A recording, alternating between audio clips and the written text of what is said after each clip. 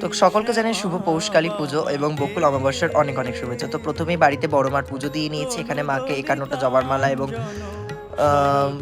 রজনীর মালা প্রত্যেকটাই মাকে পরিয়ে নিয়েছি এবং মাকে তার প্রণাম মন্ত্রের মাধ্যমে পুষ্প নিবেদন করেছি এবং মায়ের ভোগে ছিল মিষ্টি এবং ফল এবং এখানে মায়ের পুজো সম্পূর্ণ করার পর মায়ের আরতি সম্পূর্ণ হয় এবং এটা হচ্ছে আরতির পরে মায়ের একটা ফাইনাল লুক। তোমরা অবশ্যই জানিও কেমন হয়েছে। তো ওখান থেকে ডাইরেক্ট আমি বেরিয়ে গেছিলাম আমার মাসির বাড়ি নৈহাটিতে, কারণ মাসির বাড়িতেও ছিল তারা মায়ের পুজো, সেই জন্য মাসির বাড়িতে চলে গেছে। আর এটা হচ্ছে মাসির বাড়ির মা তারা। তোমরা অবশ্যই দেখে জানিও যে কেমন লাগছে মূর্তিটাকে। আমি যখন গেছি প্রায় পুজো চলছিল এবং বিশেষ কিছু রিজনের জন্য আমি সেদিনকে নাইট স্টেও করতে পারিনি। মাসির বাড়িতে জাস্ট গেছি, মাকে দর্শন করেছি, মায়ের প্রসাদ পেয়েছি এবং বাড়ি চলে এসেছি।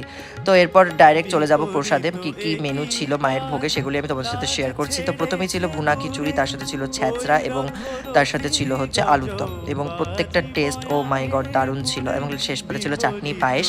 তো দেখা হচ্ছে নেক্সট ভিডিওতে। Till then by.